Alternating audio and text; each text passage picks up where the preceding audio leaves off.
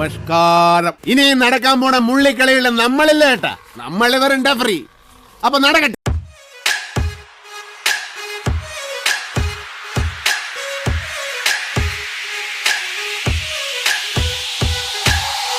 ഓർമ്മിപ്പിക്കുന്ന എവിക്ഷൻ പ്രക്രിയയിലേക്ക് കടക്കാൻ പോവുകയാണ്.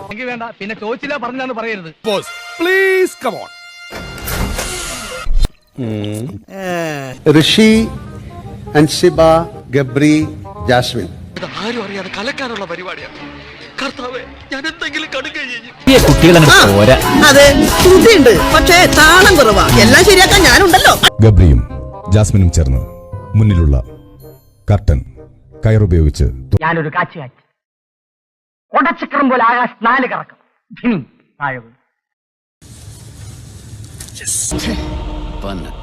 മോനെ എന്നെ വിളിച്ച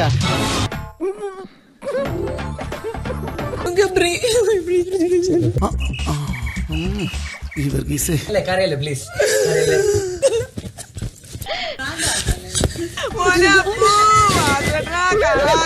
ചില അവിഹിത കൂട്ടുകെട്ടുകളൊക്കെ ഉണ്ട് അല്ലേ?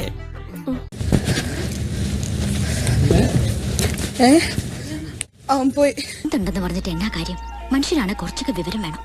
ഇതിപ്പോ മറ്റുള്ളവരെ കൂടെ നാണം കെടുത്താനായിട്ട്. ഞാൻ ഗെയിം കളിക്കണം എന്നുള്ള ആഗ്രഹത്തോടെ മുമ്പ് പോയതാണ്. 55 ദിവസം നിൽക്കാൻ പറ്റി. പ്രതീക്ഷയിൽ കൂടുതൽ ഞാൻ ആക്ച്വലി നിന്നെന്ന് വേണമെങ്കിൽ പറയാം. 100 ഡേയ്സ് നിൽക്കണം ആഗ്രഹം. പക്ഷേ 55 ഡേയ്സ് ഫിനിഷ് ചെയ്യാൻ പറ്റി. അവിടെ നിന്ന് ഇറങ്ങിയതിന് ശേഷമുള്ള അവിടെ നിന്ന് ശരിക്കും മൈൻഡ് ഓക്കെ ആയോ? ഇപ്പോ എന്ത് പറയുന്നുണ്ണി? ഞാനെന്ത് പറയാനാ? ഇക്കാര്യത്തിൽ നീയല്ലേ ഒരു തീരുമാനം എടുക്കേണ്ടത്. അല്ല, ആദ്യം എങ്ങനെയുണ്ടായിരുന്നു ബിഗ് ബോസ് എന്നുള്ള എക്സ്പീരിയൻസ്? എങ്ങനെയുണ്ടായിരുന്നു? നല്ല എക്സ്പീരിയൻസ് ആയിരുന്നു.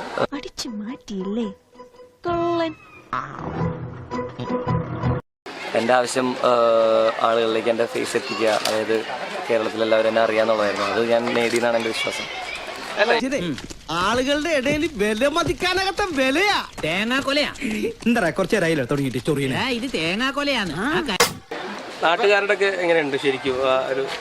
ഇതിപ്പോൾ ഞാൻ സാധാരണ ഇവിടെ ഇതേപോലെ തന്നെ സിനിമയിൽ അഭിനയിച്ചിട്ട് ഇതിൽ കൂടെ തന്നെ തിരിഞ്ഞ് നടന്ന പയ്യനാണ്. പക്ഷേ ഇപ്രാവശ്യം വന്ന് ഇപ്പോൾ ആളുകൾ ഭയങ്കരമായിട്ട് കാര്യമായിട്ട് നോക്കുന്നുണ്ട്. ഈ നാട്ടിൽ മത്തായച്ചിന്റെ വില എന്താണെന്ന് 8 രൂപ 50 പൈസ.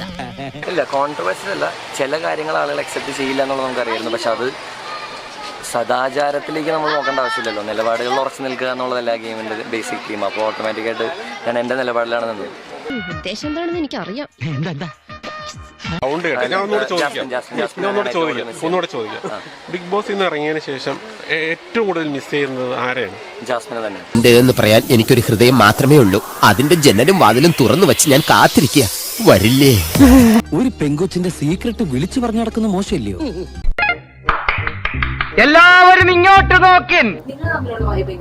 വൈബ് സെറ്റ് ചെയ്ത അത് എല്ലാം ആക്സിഡന്റലാണ്. അത് ശരിക്കും നിങ്ങൾക്ക് കാണുമ്പോൾ എങ്ങനെയാണെന്ന് എനിക്ക് അറിഞ്ഞു. പക്ഷെ ആരോടും പറയണ്ട, നോക്കി ഗർഭമുണ്ടാക്കുന്ന ജാതിയാണ് ജനങ്ങളുടെ പെർസ്പെക്റ്റീവിൽ എങ്ങനെയാണെന്ന് തെറ്റാലും. തന്നോട് തർക്കിക്കാൻ ഞാനില്ല.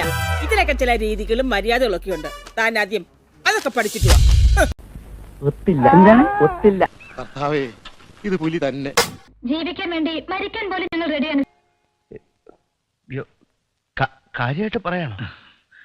കളി പറയേണ്ട കാര്യമല്ലല്ലോ ഇത്. എന്ത് പറയുന്നു? ഇങ്ങനെ പെട്ടെന്ന് ചോദിച്ചാ ഞാൻ വീട്ടിൽ അമ്മയോട് ചോദിച്ചിട്ട് പറയാം. ഞാൻ പറഞ്ഞ പോലെ താൻ പോയിട്ട് എന്തെങ്കിലും ഒന്ന് ആലോചിച്ച് ചെയ്യാ. എന്താ പ്ലാൻ? എന്താ ഭക്ഷണം തിരികെ വീട്ടിലേക്ക് പോവുക.